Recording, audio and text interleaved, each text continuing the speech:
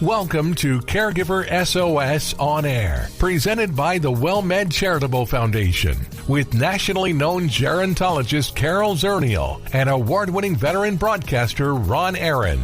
This program provides health, wellness, and other information for caregivers who are vital to the health and well-being of so many people across our country. And now, here are your hosts, Ron Aaron and Carol Zernial. Well, hello, everybody, and welcome to the award-winning Caregiver S.O.S. On Air. I'm Ron Aaron. Carol Zernial, our co-host, is on her way from a meeting, and as soon as she shows up, we'll let her in. In the meantime, I'm delighted to welcome Dr. Grace Macalino, chef, with us. Dr. Macalino is the founder and CEO of Kapwa AllCare. Drawing on her background in public health and her personal caregiving experience, she developed the Caregiver Identity Framework, an evidence-informed approach that helps caregivers better understand their journey. And Grace, thanks so much for joining us on Caregiver S.O.S. On Air. Great. Thanks for having me. What attracted you to caregiving? You had a personal involvement. What was that? Yeah, both my parents are aging, and I am a first-generation Filipino oldest daughter, so it was always going to be on me to take care of them. My mom was diagnosed with vascular dementia in 2017. And then in 2020, we moved them to live closer to us here in Maryland, where we live. So that really, the conversation around caregiver identity specifically really came about when, funny story, my parents, we were moving them. Everyone was all in agreement. That was the plan. And the moving truck was packed. And my mom was like, oh, I don't want to go. I don't understand. Why do I have to leave my house?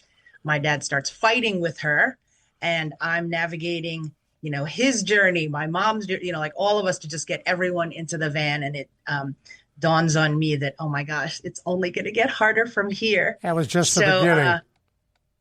Yeah. So from the very beginning. So I, put my big brain on and started trying to organize all the tasks and the doing, my project management expertise, what I do as a public health researcher. And it was, got to be honest, the hardest thing I had to do, and realize that it's not the doing that was making me feel overwhelmed and isolated. And then that's when I started realizing, oh, it's all this other things. It's the changes that I'm going through, the identity, that who I am anymore doesn't make any sense. And, that really brought me to these conversations of caregiver identity. When did you realize you were a caregiver? That's such a great question. I think it became very clear when I moved them to be close to me. But the funny thing about that is I've kind of been my dad's, the person he leans on. Even when my mom was first diagnosed, he would call me at times frantically, oh my gosh, I lost your mom. I don't know what to do. And I would have this panic attack and, oh, I can't get there in time, but here's what we should do. Who should we call? How to plan? Even them moving to Maryland became, they were in the Philippines, and my dad was literally calling me every single day. I don't know if I can do this alone anymore. Okay, Dad, maybe we'll move you to live closer to us. I have a brother that lives here close to us as well in Maryland. And yeah, that sounds great. Can you do it next month? Right. So had to up and move them. And, we were really fortunate. It was right before the pandemic. So a week before everything shut down, we were able to move my parents to live closer to us. But I think calling myself a caregiver, probably when we first moved them, but I was carrying the burden and the task and the worrying and the emotional, journey way earlier than I called myself a caregiver, for sure. Now, you talk about the emotional shifts once you become a caregiver. What did you go through? It's funny. Because of my culture, I always knew as the oldest daughter that I would have to take care of my parents. That was part of my birthright, if you will. But what I think I didn't know was there was nothing that could prepare me for it. And the stress of, am I doing this right? Is this the right thing? How do I take care of both my parents and their different needs in what's going on with them? Keeping others included, my brothers along the conversations, and, what to share with them. Other people saying things that didn't always feel helpful or supportive, even though they were well-meaning at the time. And I think that's what I mean by sort of the emotional load and the journey that it takes, and kind of finding how can I find myself again in all of this Now, is stay what with was us just a important. minute. I want to let folks know who may have just joined us. You're listening to the award-winning Caregiver S.O.S. on air. I'm Ron Aaron. Carol Zernial, our co-host, is joining us. Carol has a master's degree in social gerontology, 30 years in the field, and she's co-chair of the Raised Family Caregiving Advisory Council. And Carol, I'm glad you're with us. We're talking about the experience that Grace had becoming a caregiver for her parents. You have been there as well, a long-distance caregiver. Families working together as a family. I was listening to Grace talking about that, we all want to help, and sometimes we don't have the same ideas of what's going to be the best way to help. And as a long distance caregiver, we really have to let those that are in person kind of take the lead. They're there on the ground, and maybe we would do something different, but we need to find, as a long distance caregiver and as a family member, the best way that we can help, whatever the situation, even if we're in the same home. If we can talk to the person receiving care, talk to our family members, and keep an open mind about what's going to work the best. Now, in your case, Grace, as you begin to identify yourself as a caregiver, what is it you share with others as you try and let them know about caregiving and what it's all about? So I really like what Carol said. I think we all have different vantage points as a family member with how they relate to being what their responsibility is as a caregiver. What I really like to share to caregivers is so much of the time the isolation and the confusion and the overwhelm comes from there not being a language at the moment to talk about those caregiver identity changes. And what I'm excited about when I bring and talk about this identity framework is to give people a language to understand what they're going through. So many times a caregiver is so grounded in the love and devotion and commitment to taking care of their loved one, but none of that is focused on what they're going through and what's happening to them. And really kind of my commitment is to give caregivers that permission, that ability to see that they're going through this change, whether they expect to see it or know that this is happening, and who they are is evolving, and to give them the ability that it's okay to have, upset. And because I think the first place we go is, oh, I must be doing this wrong, or everyone else makes it look so much easier, or I don't know, maybe I don't have the tools or the skills to do this. As opposed to none of us do. And it really is sort of understanding and embracing that journey. I do kind of like to compare it to, when I first became a mom, or just you talk about being a mom or a parent, and then there's resources and community and conversations and so much. And then, which is we all see as a society as a big identity shift for people. You go from not being a parent to a parent. And then all of a sudden, I talk about it as like the deafening silence. When you become a caregiver, there are no conversations that not celebrate, but maybe acknowledge the shift or the change that's happening to you. And that's why I say, the isolation and the feeling like where people don't get it or understand, or who you can talk to about this becomes, fewer and fewer people. And so just giving people like, hey, thank you for doing the work you do as a caregiver. We get you, we see you, and acknowledge that, yes, it might be hard, but what I'm looking to do is to, hey, maybe there's a different way of looking at this so that you can feel seen, and that you can see there's possibility of more than just surviving and suffering, if that makes sense. Grace, what you're saying is so important about recognizing that shift in identity, whether you yourself know it or not. One of the things our caregiver specialist team does at the WellMed Charitable Foundation, Caregiver S.O.S, is we measure how, if you're the wife, do you feel like you're the wife? Or do you feel like you're the caregiver? Mm-hmm. And when the scale tips to where you starting to forget you're the wife, you're just the caregiver, that's when we know that caregiver is in trouble. So that permission to acknowledge that you are a person that still needs an identity as yourself is so important.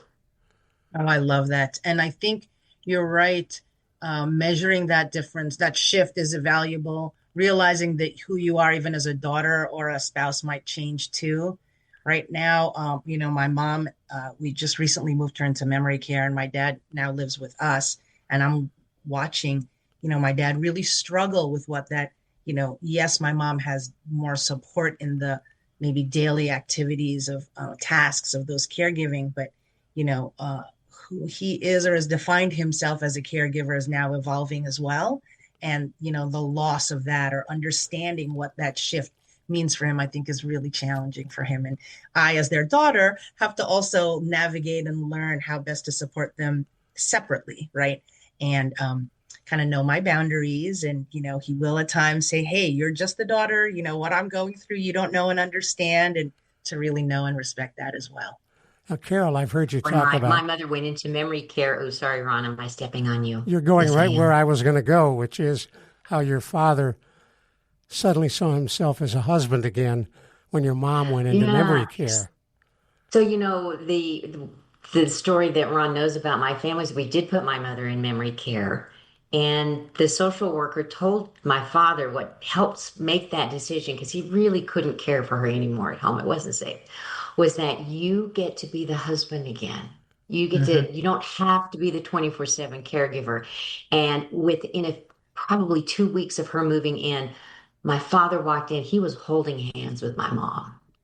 He was a different person, and he was the husband, or I should say he went back to being the person he was. He was the husband again. And that was such a beautiful moment. And it's one of my favorite memories. Memory care is not this, it's still challenging as caregivers, but yes, those moments are worth it.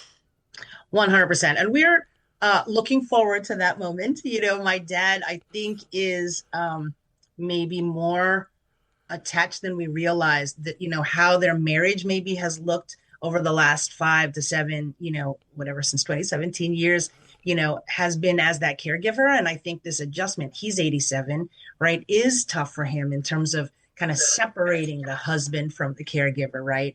And maybe and we are trying to get creative, finding his joy apart from taking care of my mom and what that looks like and doing different things. But we very much are looking forward to that time, because I also think, there's a part of him that hasn't fully acknowledged my mom's dementia yet. So I think this is almost forcing that conversation as well. So there is some, of that caregiver identity catch up perhaps that needs to happen for him too. That was not just defined by her moving to memory care, but just needs to, kind of maybe he just has to be willing. But again, the whole family is here to support that evolution for sure. We're going to pick the conversation up in a moment. We're talking with Dr. Grace Macalino, Chef. Carol Zernial, our co-host, is here. I'm Ron Aaron. We're talking about caregivers and how they can identify themselves and deal with the changes that come with caregiving. You're listening to the award-winning Caregiver S.O.S. on air. Well, thank you so much for listening to Caregiver S.O.S. on air. We're delighted to have you with us. We come to you every week with a discussion of an issue, a problem, some accomplishments involved in caregiving with more than 60 million caregivers across this country, but most thinking they are the Lone Rangers. We try to bring you the latest information and help that can make that job easier and more manageable. Caregiver S.O.S. on air takes a look at trends across this country. We provide tips on how to be a better caregiver, and most importantly, where you can go for help. On Caregiver S.O.S. on air, we try to give you what you need to make that caregiving manageable and to provide you with the help that can make your life easier. I'm Ron Aaron. Carol Zernial and I are delighted to co-host this program, and we're thrilled you've joined us on the award-winning Caregiver S.O.S. on air podcasts available everywhere, brought to you by WellMed Charitable Foundation. Hello, friend. Hello, friend. Really good to see you once again. Hello, friend. Hello, friend. Really good to see you once again. We're so pleased you're sticking with us right here on the award-winning Caregiver S.O.S. on air. Our podcast available wherever you listen to your podcast. We're also on the radio in several cities in Texas and Florida as well. I'm Ron Aaron.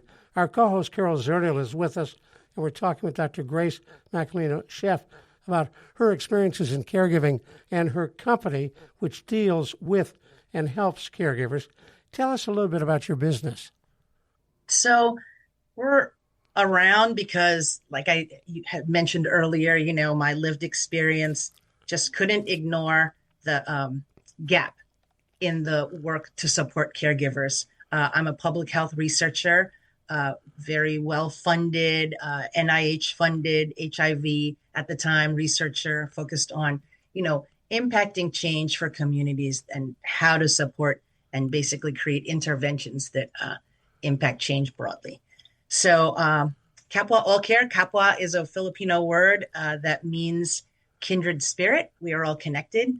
So it really is the idea that, once upon a time, there were communities that supported caregiving, and aging was not seen as something that a family had to do alone or a person had to do alone. There was literally the village, right? And so my commitment and hope with Kapwa AllCare is that we support caregivers both on their caregiver identity journey. We work with employers and groups to impact systemic change for caregivers, for working caregivers, to help bring these conversations in the workplace so that caregivers, working caregivers feel seen, they understand and can get support. They don't have to be afraid to bring these things up. I don't have any statistics to give you, but more often than not, the caregiver, if you're a caregiver, you're probably a very, very well-functioning, high-performing employee. And by the time a caregiver decides, like, okay, this really isn't working, I need to go part-time or I need to do something different, the impact on that employer could be, quite costly. So really trying to support caregivers in the workplace and then really build a connected care network for caregivers. So, I often joke around. So when we moved my parents, we had sold their house and sort of identify all these things from afar, yes, there are resources, but, you're often given the Rolodex. Sorry, I'm dating myself. Of here are a bunch of different resources to help you.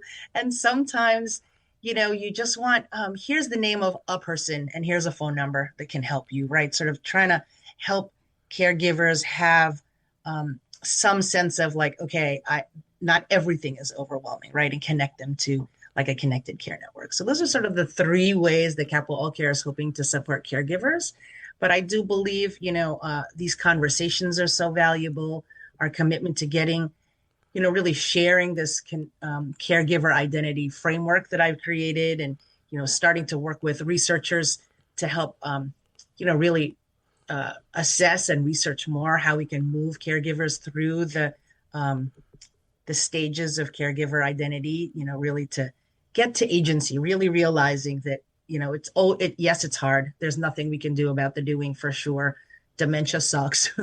But how can we gives a caregiver agency, right? That they get to say, our tagline is you in control through it all, and reminding caregivers it is your journey, right? You want to be able to be proud and also just thankful that you had this time with your parents or, the loved one you're caring for. So often in the beginning, before I sort of got this sort of clear in my head and, not a place to get to, but just realizing that, I do get to say, I just didn't feel like I was even enjoying a moment with my parents any longer. It was just all about the doing. And, we would joke around, my dad would call and would list the 7 things he needed from me, this minute. And, I would joke around and be a little upset and say, hi, Dad, how are you today? But realizing I could really kind of joke around with him about that and remind him like, oh, yeah, you're right, sweetheart. How was your day? And, kind of bring back oh, that's right. I'm not just your, research assistant or your office manager, but I actually am your daughter still. And we could laugh and joke around and, enjoy those moments of joy and connection, while you have your parents still here. So you talked about helping the caregivers to understand this journey, this identity change.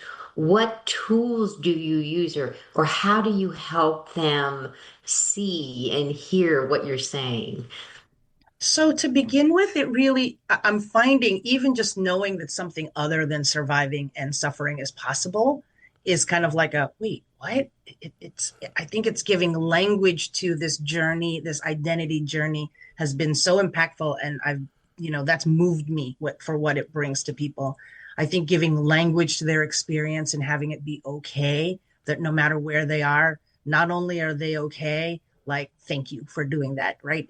So often you can second guess and question and not know what's going on. And so, so I think it's awareness of that, there's an identity journey to begin with. There are some, tools that I've developed to sort of help support people get through the different stages. And a lot of it is, being willing to be willing,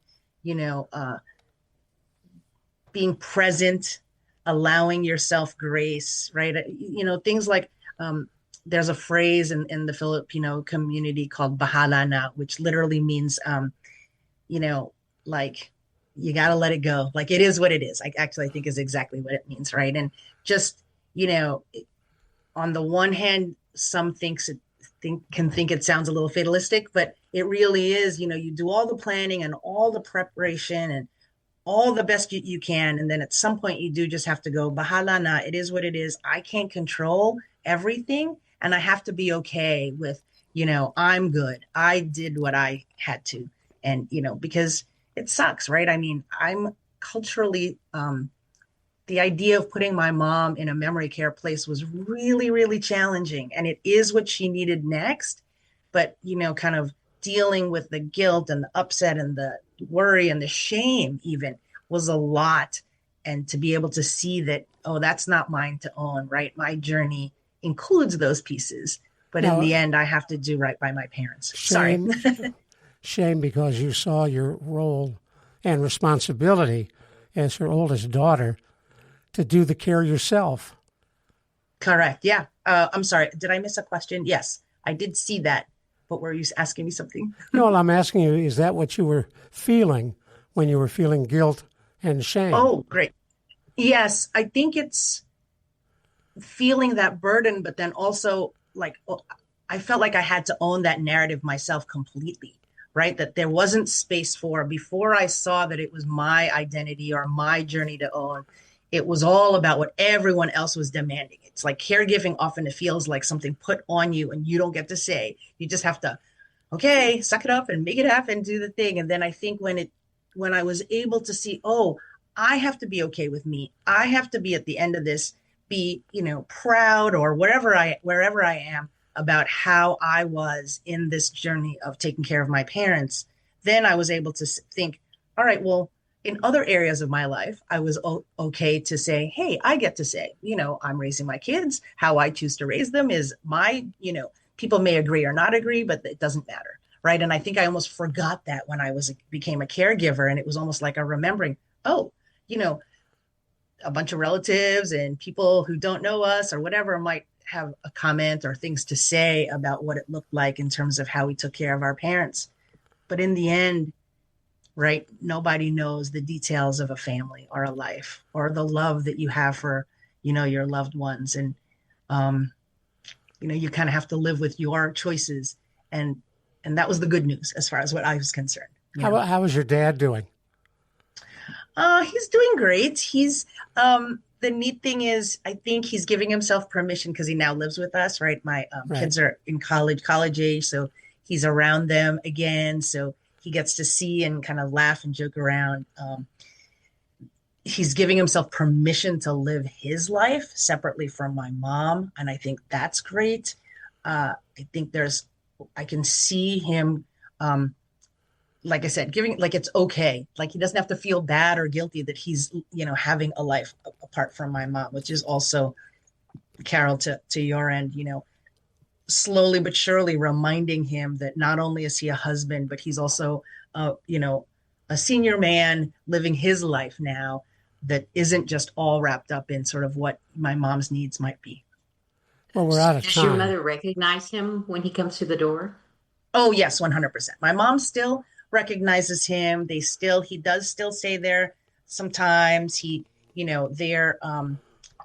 does think that he's, should live there or not kind of thing, but they're still very, very connected, which is lovely. Super. Do you have a website people can go to? I do. It's Kapwa AllCare.com. And yes, I'd love if this Great. conversation resonated, that people can just sign up for a website, a newsletter or something, just to be connected. Got to go. Thank you. Really, really appreciate you coming on.